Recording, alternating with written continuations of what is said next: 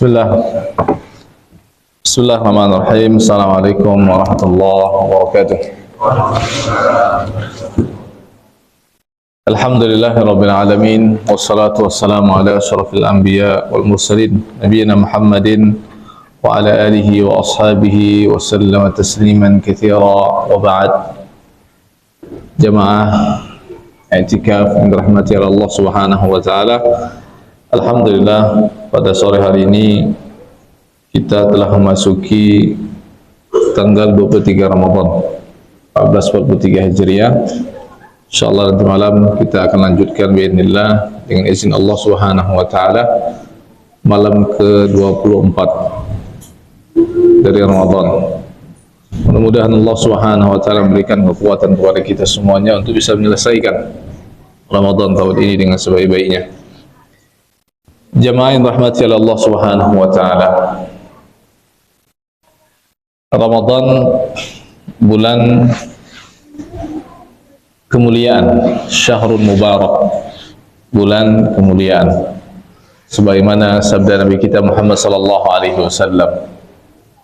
Ramadan juga merupakan bulan as-sabr, syahrul sabar, bulan kesabaran. Hal itu termaktub di dalam sabda Nabi kita Muhammad sallallahu alaihi wasallam. Ramadan juga merupakan syahrul Quran. Ramadan merupakan bulannya Al-Quran Al-Karim. Dan hal ini juga ada dalam sabda Nabi kita Muhammad sallallahu alaihi wasallam. Bahkan Allah Azza wa Jalla jelas mengatakan Al-Quran Allah turunkan pada bulan Ramadan. Syahrul Ramadan alladzi unzila fihi al-Quran hudan lin-nas wa bayyinatin minal huda wal furqan. Allah Azza wa Jalla juga menjelaskan di dalam surat Al-Qadr bahwa Allah Subhanahu wa taala menurunkan Al-Quran pada malam Al-Qadr, yaitu pada malam atau pada Lailatul Qadar. Jadi kalau kita sudah sebutkan malam, maka dilanjutkan dengan Al-Qadar, Pak ya. Malam Al-Qadar, bukan malam Lailatul Qadar. Karena Laila itu artinya malam. Jadi kalau disebutkan lagi malam Lailatul Qadar berarti apa? Malam-malam Al-Qadar, ya. Jadi ini banyak apa namanya? Kekeliruan ketika kita mengucapkan kadang-kala. Jadi malam Lailatul Qadar, ya. Nah, Lailatul Qadar itu sudah malam. Laila, ya. Laila itu bahasa Arabnya malam. Ya, kalau ditambah lagi malam, itu menjadi dua malam, malam Al-Qadar. Taib jamaah sekalian, rahmati Allah Subhanahu wa taala. Hari ini harusnya jadwal Ustadz Ega Abu Fahad LC, qadarullah beliau berhalangan, maka beliau minta untuk di rolling jadwalnya. Nah, jadwal saya harusnya hari Rabu, maka beliau nanti akan mengisi di hari Rabu insyaallah taala. Ya, kemarin hari Sabtu seharusnya juga jadwal saya. Namun qadarullah saya berhalangan. Saya minta untuk diisi oleh yang lainnya dan diisi oleh Ustaz Ahmad. Baik jamaah yang dirahmati oleh Allah Subhanahu wa taala, kita ingin fokus sampai menjelang berbuka nanti insyaallah kita akan berbicara tentang Al-Qur'anul Karim, tentang pentingnya kita mentadabburi Al-Qur'an. Saya yakin saya dan jamaah semuanya ketika datang bulan Ramadan fokusnya adalah di antara ibadah yang paling sering dan banyak kita lakukan adalah membaca Al-Quran. Ya, ibadah yang paling sering dan banyak kita berinteraksi dengannya adalah membaca Al-Quran Al-Karim. Karena tadi sebagaimana yang kita jelaskan bahwa bulan Ramadan merupakan bulannya Al-Quran. Sehingga kalau kita melihat para ulama kita, bisa dilihat dalam kitab ini, ya, bagaimana para ulama kita berinteraksi dengan Al-Quran. Kita lihat, ya, misalkan Al-Imam An-Nakhai, Al-Imam Az-Zuhri, Al-Imam Qatadah, Al-Imam Malik, Al-Imam Syafi'i, Al-Imam Sufyan Al-Thawri, dan a'immah yang lainnya, dan imam-imam yang lainnya, ya, dan imam yang lainnya ketika datang bulan Ramadan, seperti contoh misalkan Al-Imam Malik, ya, Al-Imam Malik rahimahullahu taala, ketika datang bulan Ramadan maka beliau meninggalkan majlis hadis. Beliau tidak lagi membahas tentang hadis Nabi sallallahu alaihi wasallam. Beliau stop majlis ilmunya, majlis hadisnya, beliau kemudian apa? Fokus dengan Al-Qur'an. Fokus dengan Al-Qur'anul Karim. Nah, kata beliau apa? Fa innama huwa nam. Ya, kata beliau, "Nam idza dakhala Ramadan yafir min qira'atil hadits wa mujalasati ahli al-ilm wa yaqbal ala tilawatil Qur'an min al-mushaf." Ya, ini apa namanya? Adalah riwayat yang sampai dari beliau rahimahullahu taala. Nah, ketika datang bulan Ramadan maka yafirru min qira'atil hadits. Beliau meninggalkan membaca hadis Nabi sallallahu alaihi wasallam. Kemudian wa mujalasatu ahli ilm, dan duduk-duduk dengan para ahli ilm, wa yaqbal ala tilawatil Qur'an min al-mushaf, dan beliau ya fokus membaca Al-Qur'an Karim lewat mushaf. Ini Imam Malik. Kita lihat lagi misalkan Al-Imam An-Nakhai, ya, ketika sampai kepada ya bulan Ramadan maka beliau mengkhatamkan setiap 3 kali sehari. Setiap 3 kali sehari khatam. Setiap 3 hari sekali khatam. Setiap 3 hari sekali khatam. Ya. Kemudian imam yang lain misalkan Al-Imam Qatadah. Al-Imam Qatadah setiap 7 hari sekali di luar Ramadan. Ya, setiap 7 hari sekali di luar Ramadan beliau bisa mengkhatamkan sekali. Nah, sepekan sekali khatam Al-Quran, sepekan sekali khatam Al-Quran. Kemudian ketika masuk bulan Ramadan, ya 10 pertama bulan Ramadan dan 10 kedua bulan Ramadan, setiap 3 hari sekali khatam Al-Quran. Ya, setiap 3 hari sekali khatam Al-Quran. Ini Imam Qatadah. Kemudian masuk 10 hari terakhir seperti kita saat ini, maka beliau mengkhatamkannya setiap malam.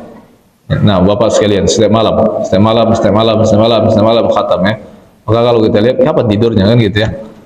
Nah, berarti siang malam selama 24 jam ya, Imam Qatadah dan imam-imam yang lain ini ketika sudah masuk 10 terakhir hampir tidak tidur sudah. Hampir tidak tidur kan gitu Bapak ya. Ya kalau kita kan banyak tidur ya. Nah, apalagi masjidnya begitu empuk ya. Nah, empuknya pakai AC segala komplit sudah ya. Juga makannya ya. Bahkan setelah makan besar habis tarawih masih ada makan lagi sate padang gitu ya. Masya Allah ya, setelah sate padang masih ada pop mie, indomie bebas ya.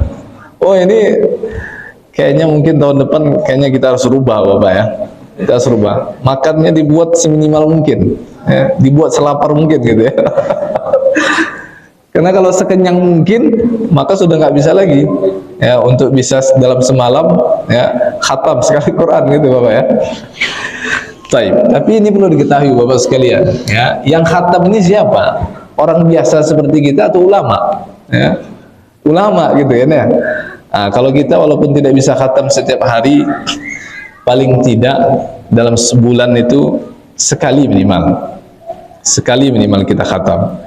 Tapi perlu diingat ya Bapak sekalian ya, perlu diingat target kita selama bulan Ramadan bukan hanya khatam. Ini jangan sampai salah ini ya, karena kebanyakan kita kadang-kala yang penting khatam. Kalau bisa bukan hanya sekali, 2 kali, 3 kali, 4 kali, oke boleh silakan. Khatam berkali-kali silakan. Bahkan mau mencontoh ya para ulama kita ini silakan, boleh-boleh saja. Tapi yang perlu diperhatikan jemaah sekalian Allah Azza wa Jalla ya, bahwa Al-Qur'an yang diturunkan oleh Allah kepada Nabi kita Muhammad sallallahu alaihi wasallam, di mana memang membacanya dapat pahala, bahkan 1 huruf 10 kebaikan kan gitu Bapak ya. Nah, 1 huruf ya dikasih 1 kebaikan tapi dilipat gandakan menjadi 10 kebaikan. Tapi perlu diketahui bahwa tujuan kita atau tujuan diturunkannya Al-Quran bukan hanya untuk kita baca di dalam bulan Ramadan ini, bukan hanya untuk kita khatamkan, tetapi bagaimana caranya kita berusaha untuk mentadaburi Al-Quran Karim, mentadaburi Al-Quran. Bukan saya minta kepada Bapak sekalian bahwa selama bulan Ramadan tadabbur Al-Quran harus selesai 30 juz. Tidak. Tilawah bolehlah kita buat target harus selesai 30 juz ya selama Ramadan, minimal sekali. Nah, ya kalau para ulama kita kan bisa belasan kali, bahkan puluhan kali kan gitu. Ini para ulama, ini ceritanya para ulama yang ngerti Al-Quran, yang ngerti bahasa Al-Quran kan gitu. Ya, kalau kita mau contoh mereka silakan. Tapi mereka membaca ini bukan membaca seperti kita membaca. Alif lam mim dzalikal kitabul la raiba fihi hudal muttaqin. Nggak ngerti kita artinya. Yang kita dapatkan apa dari baca Al-Quran itu? Adakah pengaruh dalam hati kita? Padahal Al-Quran ini kan untuk menumbuhkan pengaruh dalam hati, untuk membersihkan hati kita, untuk menumbuhkan keimanan, ya, untuk memberikan hidayah yang masuk ke dalam hati kita. Ini tujuan daripada Al-Quran Allah turunkan, tujuan daripada kita membaca Al-Quran. Maka jangan sampai kita salah, kita hanya fokus dengan membaca saja, membaca saja, membaca saja. Silakan boleh membaca, bahkan membaca itu dapat pahala. Tapi ingat, di samping yang di sisi lain, ya, kita ada waktu untuk tadabbur Al-Quran. Maka kalau nanti saya ditanya, Ustaz, apakah saya fokus dalam bulan Ramadan tadabbur saja atau tilawah saja? Maka saya katakan dua-duanya kita laksanakan. Ada saatnya kita tilawah, fokus dengan tilawah supaya bisa khatam. Mungkin karena kita baca Qur'annya agak kesulitan begitu ya, mungkin agak belum begitu lancar. Ya sudah, ada waktu di mana kita fokus hanya tilawah. Tapi ada waktu ya yang lain di hari yang sama juga kita fokuskan, kita baca sambil kita pahami, kita buka terjemahannya. Kalau bisa tahun depan bawa kitab tafsir, ya, bawa kitab tafsirnya jemaah. Ya, Ramadan tahun ini misalkan, ini masih ada kita bulan Ramadan ya, masih ada sekitar 6 hari lagi, alhamdulillah. Nah, kalau perlu telepon ya orang rumah kita, istri kita, anak kita, telepon, bawakan ayah kitab tafsir. Jangan kitab tafsir semuanya 10 jilid itu ya. Nggak usah, bawa aja misalkan tafsir juz ammah, juz 30 saja. Ramadan kali ini ayah berusaha untuk memahami juz 30. Ya, sampai ya mungkin sampai nanti akhir Ramadan sedapatnya.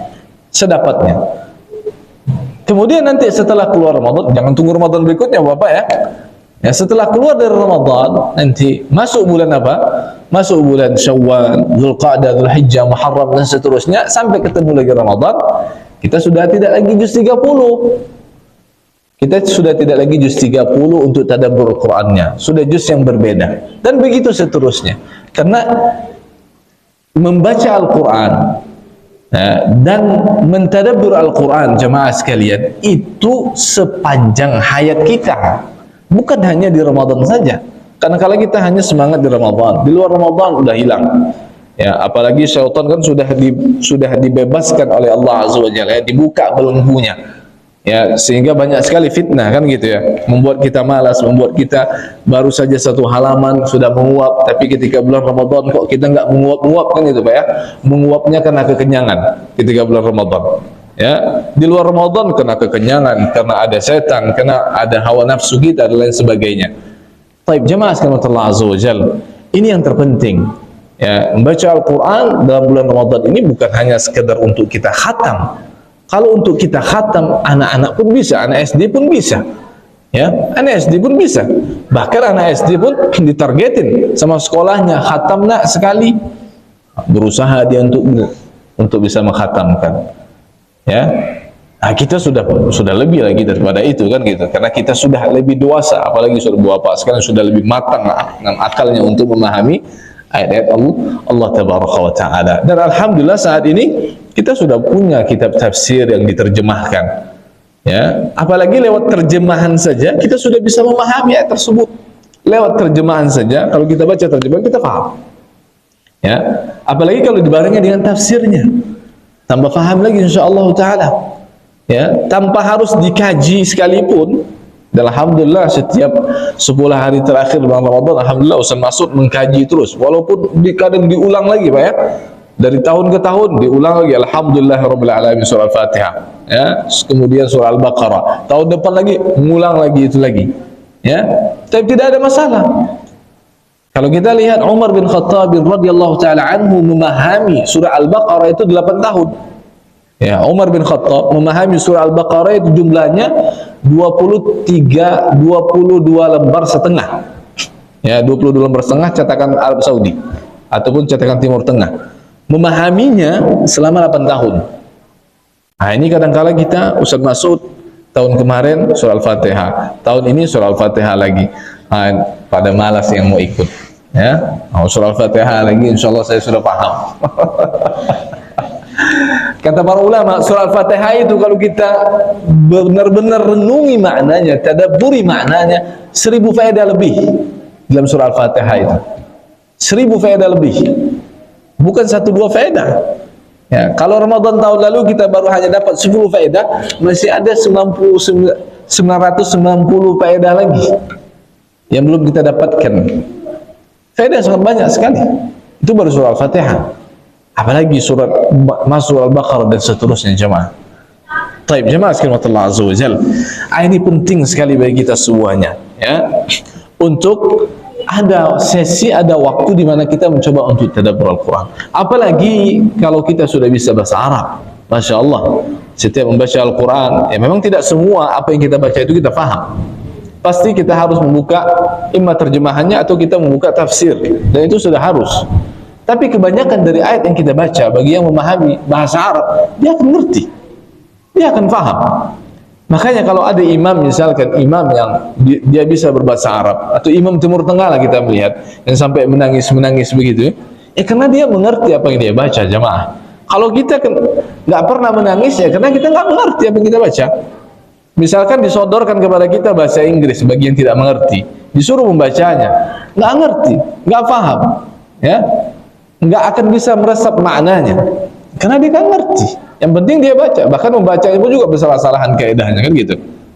Ya, apalagi Al-Quran, jamaah. Walaupun Al-Quran kita tidak mengerti, tapi kadang-kala Al-Quran itu ketika kita baca, bisa saja kita akan menangiskan air mata ketika kita membacanya. Taib, jamaah sekalian Allah Azza wa Jalla. Saya bawakan beberapa di antara perkataan para ulama. Sebelum saya bawakan perkataan tentang pentingnya tadabbur Al-Quran, maka saya bawakan perkataan Al-Imam Ibnu Mas'udin radhiyallahu ta'ala anhu, Abdullah bin Mas'udin.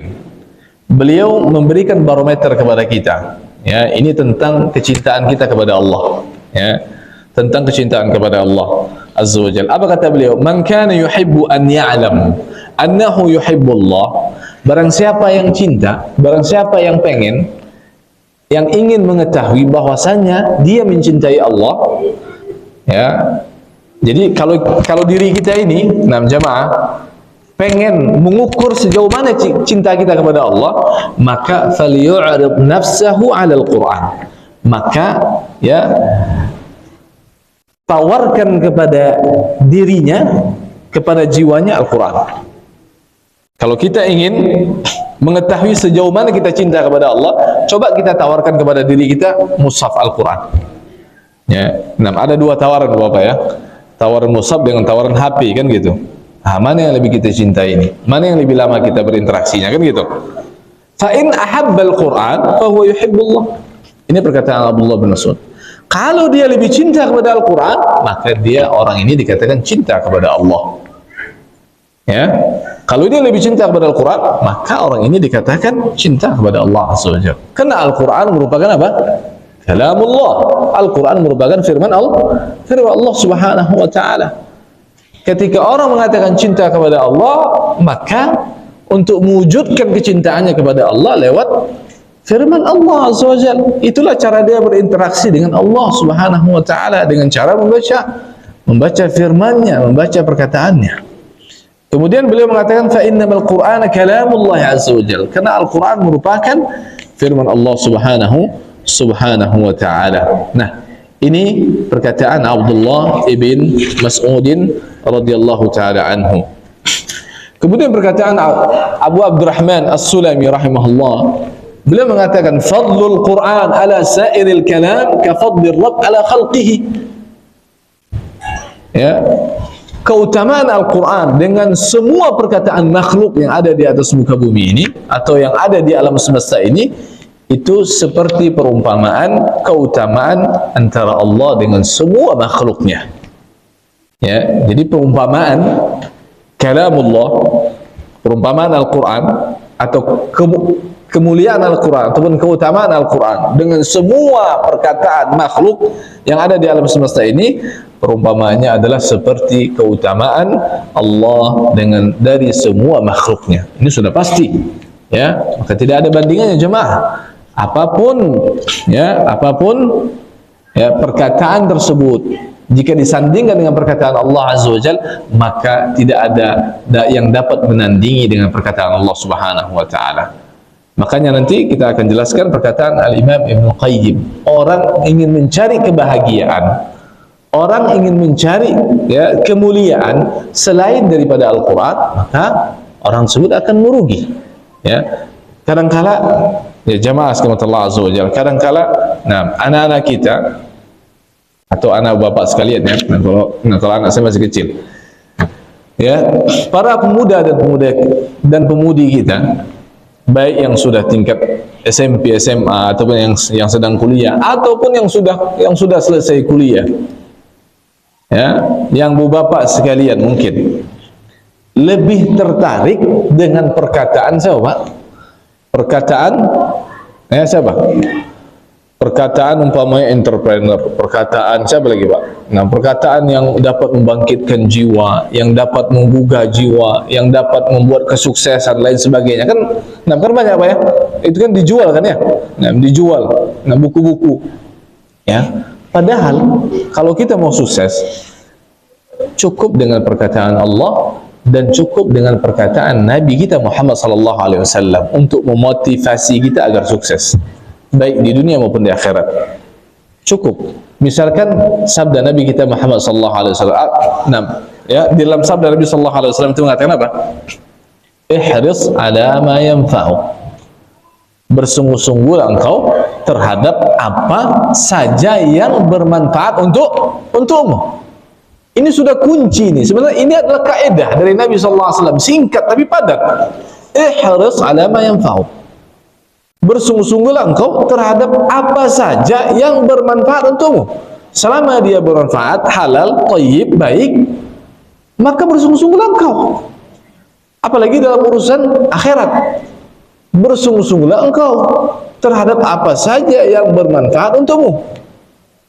Kita disuruh bersungguh-sungguh, berarti di sini ada usaha. Kemudian setelah usaha kita apa? Disuruh berdoa sama Nabi. Wasta'in billah.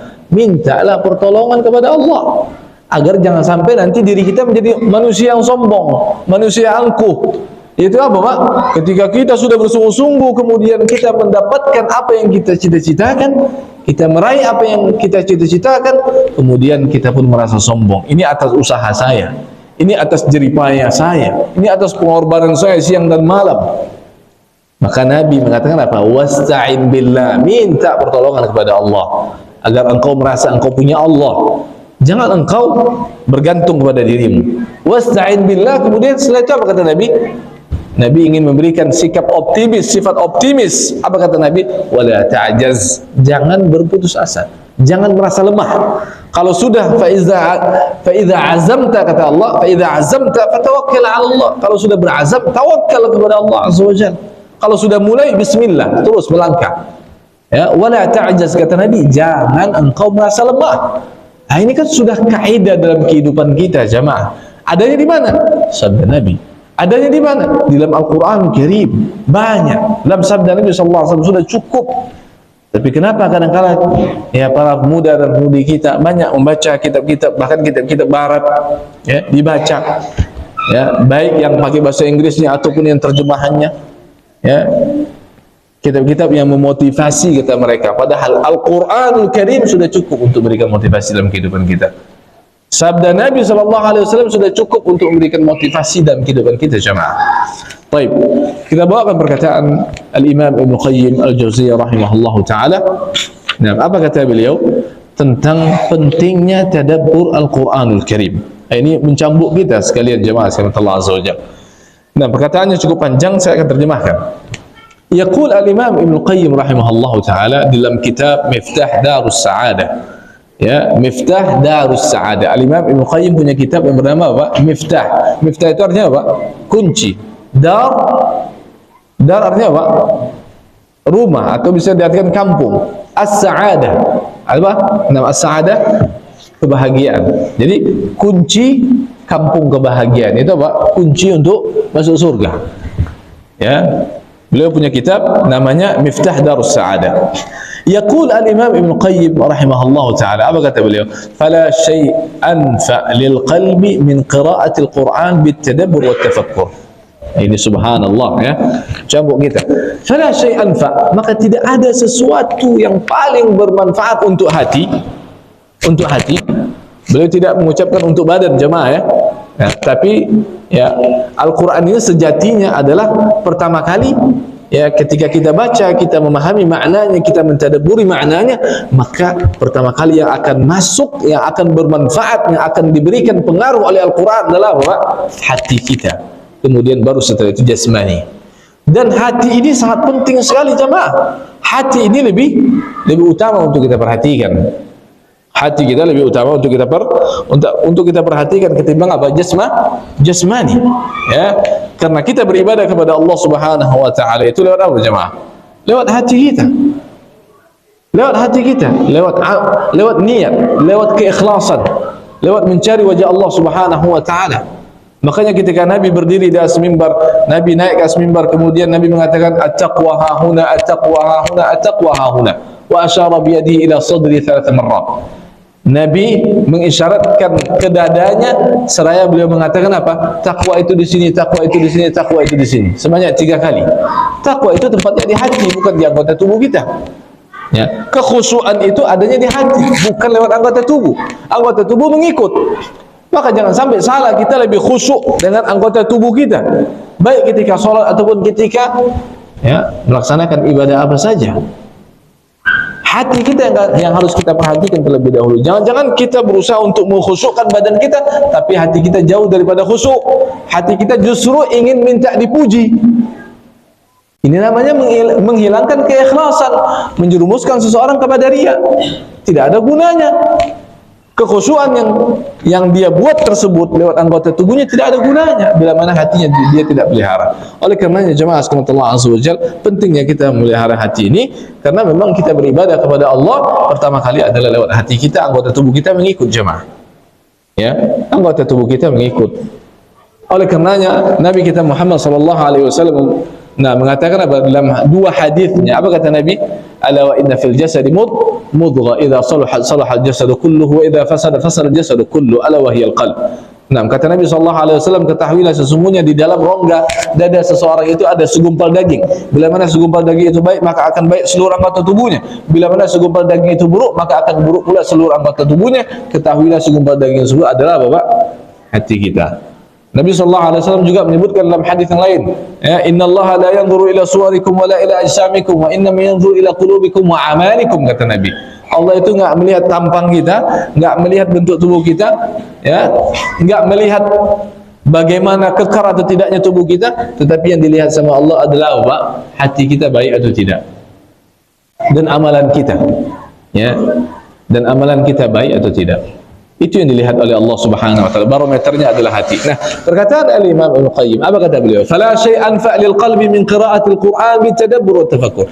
Maka tidak ada yang paling bermanfaat untuk hati, nutrisi hati, gizi bagi hati daripada Al-Quran, daripada membaca Al-Quran Karim. Maka nutrisinya hati ini adalah sesungguhnya apa? Lewat membaca Al-Quran Karim. Kalau kita punya tubuh, nutrisinya kan banyak Pak ya. Ada kalori, ada apa lagi? Nah, kalori, kemudian karbohidrat ataupun dan lain sebagainya, saya tidak mengerti. Ya. Itu gunanya untuk apa? Untuk tubuh. Agar kalorinya seimbang, agar karbohidrat seimbang, agar gulanya seimbang, agar macam-macam seimbang. Ya. Maka untuk hati kita harus perhatikan pula. Bila mana untuk tubuh kita saja kita perhatikan, bahkan kadang-kala apa? Kita berlebihan kan gitu ya. Nah, jemaah sekalian ya. Nah, kadang-kala kita berlebihan untuk tubuh kita saja kita berlebihan. Tapi untuk hati kita irit kan gitu jemaah ya. Untuk hati kita irit, enggak mau berlebihan. Ya, untuk tubuh kita kadang-kala sampai berlebihan, israf. Padahal Allah sudah membuat kaidah di dalam Al-Quran. Wa kulu washrabu wala apa Pak? Wala tusrifu, kan gitu. Makan minumlah, silakan makan minum. Bulan Ramadan ini makan minum bebas, di bulan salam ini makan minum. Tapi apa? Jangan israf, jangan berlebihan, kan gitu ya. Udah kenyang, dikenyangi lagi ya. Nah kan gitu Pak ya. Udah kenyang, dikenyangi lagi. Udah minum berbagai macam minuman, tambah lagi ada jahe, ada kopi, ada teh, ada susu, ada. Ini namanya israf. Israf namanya. Berlebihan. Israf itu kata Al-Imam Ibnu Qayyim tidak baik untuk tubuh. Ya. Berlebihan nutrisi untuk tubuh itu tidak baik, justru merusak tubuh. Tapi kalau kita berlebihan untuk hati justru baik. Ya. Untuk hati kita berbanyak lewat membaca Al-Qur'an Al-Karim. Nah, ini kata beliau, maka tidak ada yang paling bermanfaat untuk hati daripada membaca Al-Qur'an dengan cara apa, Pak? Bukan sampai membaca Al-Qur'an saja, Pak ya. Kalau kita kan baru sampai pada atau mungkin titik kali ya, bukan koma ya, baru sampai kepada membaca Al-Quran. Kata beliau, tidak ada sesuatu yang paling bermanfaat untuk hati daripada membaca Al-Quran bitadabbur, dengan cara apa Pak?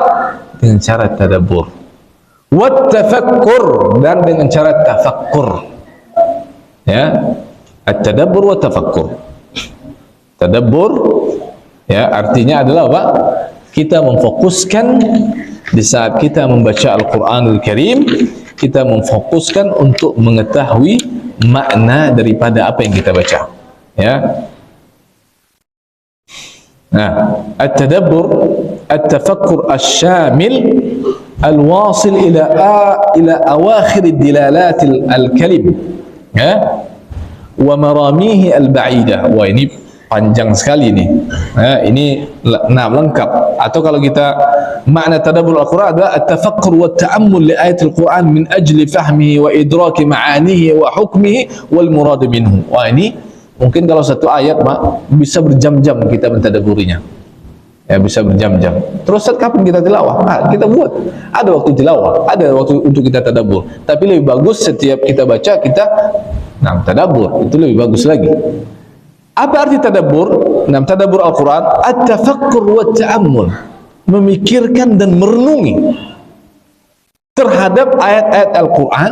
Kita pikirkan, kita renungi, min ajli fahmihi, tujuannya untuk kita fahami. Setelah kita pikirkan, kita renungi satu ayat tersebut, ya, tujuannya untuk kita fahami, wa idraku ma'ani, dan kita ingin menggali makna-makna yang ada terkandung dalam satu ayat tersebut.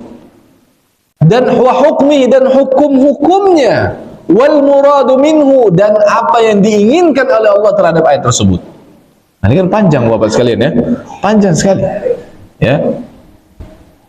Tujuannya kita baca Al-Quran adalah bagaimana kita merenungi, kita berusaha untuk memikirkan, merenungi ya, dengan tujuan agar kita faham apa yang kita baca, dengan tujuan agar kita ya, dengan tujuan agar kita apa? Agar kita idrak, menggali makna-maknanya serta hukum-hukumnya, dan wal muradu minhu, dan apa yang diinginkan oleh Allah Subhanahu wa taala terhadap ayat tersebut. Nah, ini kata Al-Imam Ibnu Qayyim, orang akan bacaan Al-Qur'annya akan bermanfaat, menjadi nutrisi bagi hatinya bila ditadabburi. Fa innahu jami' li jami'i manazil as-sa'irin wa ahwalil amilin wa maqamatil arifin. Maka kalau orang membaca Al-Quran dengan tadabbur dan tafakkur, maka dia telah mengumpulkan seluruh apa?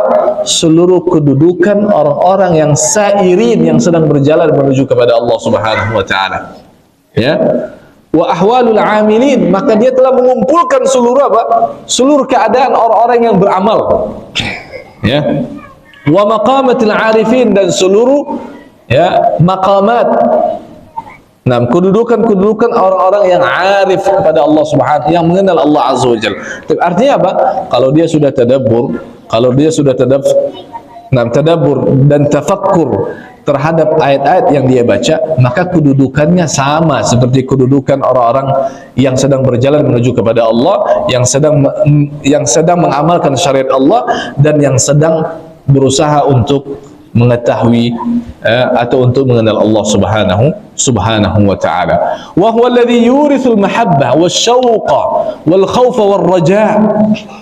Tadabbur itu jamaah sekalian Allah Azza wa Jal dapat melahirkan, dapat mewarisi apa?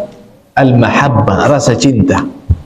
Bagaimana kita tidak cinta jamaah ketika kita membaca tentang ayat surga, tentang ayat neraka, tentang ayat-ayat bagaimana Allah Azza wa Jal mengkisahkan para anbiya'nya beserta umat-umat terdahulu, bagaimana Allah Azza wa Jal mengkisahkan tentang peperangan yang terjadi ya di zaman Rasulullah sallallahu alaihi wasallam, bagaimana Allah Subhanahu wa taala mengkisahkan tentang orang-orang saleh ya dan tentang orang-orang yang talih. Nah, orang-orangnya apa? Orang-orang yang tidak beriman kepada Allah Subhanahu wa taala. Ya, Allah mengkisahkan misalnya dalam surga. Allah Azza wa Jalla katakan dalam surah Ar-Rahman, dalam surah Al-Waqi'ah. Nah, kadang-kadang kita dibacakan surah Ar-Rahman seperti subuh tadi panjang, waduh, ada yang sudah menjinjit kakinya, saya lihat. Ya kan? Oh, itu karena kita nggak ngerti apa yang dibaca oleh imam kan gitu, Pak ya. Kalau kita mengerti, ya, bahkan kita larut di dalam makna ayat yang sedang dibaca, kita merasa kurang. Ya, kita merasa kurang. Kalau perlu ditambah lagi kan gitu. Ya. Tapi bukan berarti saya sudah paham, belum jemaah. Ya. Tapi inilah PR kita bersama jemaah sekalian Allah Azza wa Jalla. Kapan ajan? Belum. Nah, sebelum ini lagi. Ya. Tapi jemaah sekalian Allah Azza wa Jalla, ini akan melahirkan yurithul mahabbah, akan melahirkan kecintaan kepada Allah Azza wa Jalla. Orang yang tadabbur Al-Quran ya, akan merasa cinta kepada Allah, akan bertambah dekat kepada Allah Subhanahu wa ta'ala, dan juga akan bertambah dekat kepada orang yang menyampaikan Al-Quran, orang yang menyampaikan wahyu, itu Nabi kita Muhammad sallallahu alaihi wasallam. Wasyauq, dan rasa rindu, bahkan rasa rindu untuk bisa bertemu dengan Allah, untuk bisa masuk surga. Makanya orang yang beriman ya, orang yang beriman itu pasti dia tidak takut yang namanya apa? Kematian. Karena di dalam hatinya dipenuhi dengan rasa rindu untuk bertemu dengan Allah ya, untuk bisa masuk surga. Kalau kita kan sakit dikit aja udah bikin kebayangnya, waduh ini bentar lagi mati nih kan gitu.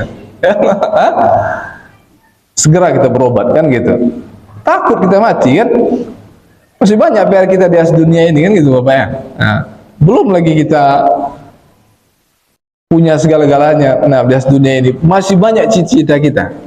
Ya, padahal kata Nabi sallallahu alaihi wasallam, angan-angan itu angan-angan anak Adam itu lebih panjang daripada umurnya.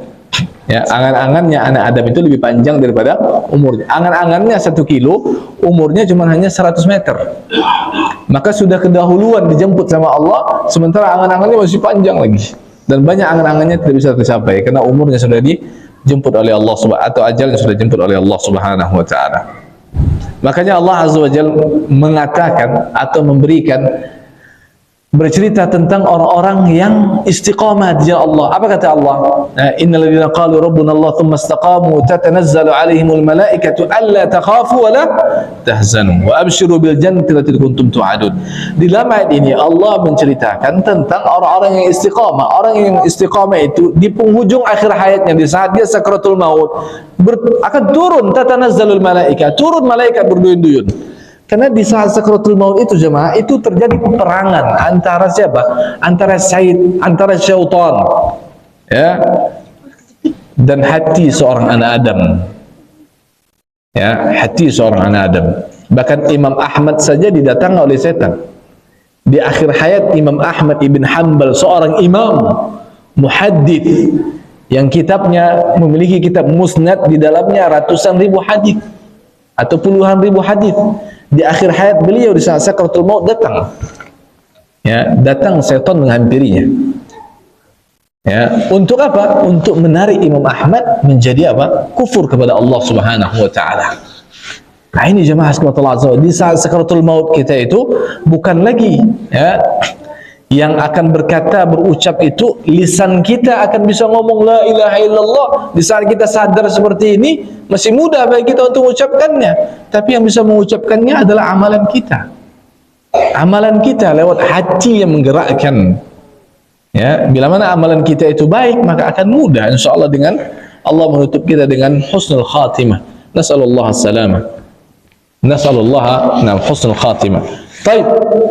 Allah Azza wa Jalla bercerita tentang malaikat akan turun, jamaah sekalian, Allah Azza wa Jalla memberikan kabar gembira kepada orang yang sedang sakaratul maut, yang dahulu di atas dunia istiqamah. Apa katanya? La takhafu, jangan takut. Jangan takut. Ya, nyawamu sebentar lagi akan melayang. La takhafu. Ini kata malaikat. Wala tahzanu, dan jangan pula engkau bersedih bahwa engkau akan berpisah dengan istri, engkau berpisah dengan suami, engkau berpisah dengan anak-anak, engkau berpisah dengan semua hartamu. Jangan sedih. Jangan sedih. Itu dibuat. Disampaikan oleh malaikat. Wala tahzanu wa abshiru, bahkan sudah diberikan kabar gembira, wa abshiru bil jannah. Kabar gembira untukmu dengan surga. Nah ini, wa huwa alladhi yurithul mahabba wasyauq wal khauf. Ya, dengan kita mentadabbur Al-Quran akan melahirkan kecintaan, akan melahirkan rasa rindu, rasa takut kepada Allah, rasa harap. Rasa takut kepada Allah kalau amalan kita ini tidak diterima sama Allah, jemaah. Rasa takut kita kepada Allah, kita takut akan kebesaran Allah, takut akan azabnya Allah Azza wa Jalla. Raja, kita berharap setiap amalan kita ini diberikan balasan oleh Allah Subhanahu wa taala. Setiap amalan kita ini diterima oleh Allah Azza wa Jalla, dan kita berharap ganjarannya adalah surga Allah Subhanahu wa taala. Wal inaba, dan kita kembali kepada Allah, tawakkal, ridha wa tawfiq wa syukur wa sabar. Subhanallah, komplit semua. Dan ini semua yang disebutkan oleh Al-Imam Ibnu Qayyim adalah amalan-amalan hati. Cinta, rasa rindu, rasa takut, rasa roja, nah berharap, kemudian kembali tawakkal, ridha, kemudian kita serahkan urusan kita at-tawfiq kepada Allah Azza wa Jalla, kemudian rasa syukur, sabar, semuanya ini adalah amalan hati. Nah, orang kalau sudah tafakkur, tadabbur kepada ayat Allah Azza wa Jalla, maka semua amalan hati ini akan dia miliki. Kemudian kata beliau lagi apa? Wasairul ahwal allati biha hayatul qalbi wa kamalihi. Ya, dan juga semua keadaan-keadaan yang dengannya akan hidup hati seseorang dan akan menjadi sempurna. Nah, kemudian kata beliau lagi apa? Wa kadzalika, kayaknya sudah mau azan ya. Saya potong aja langsung. Nah, kata beliau ini, fa qira'atu ayatin, nah,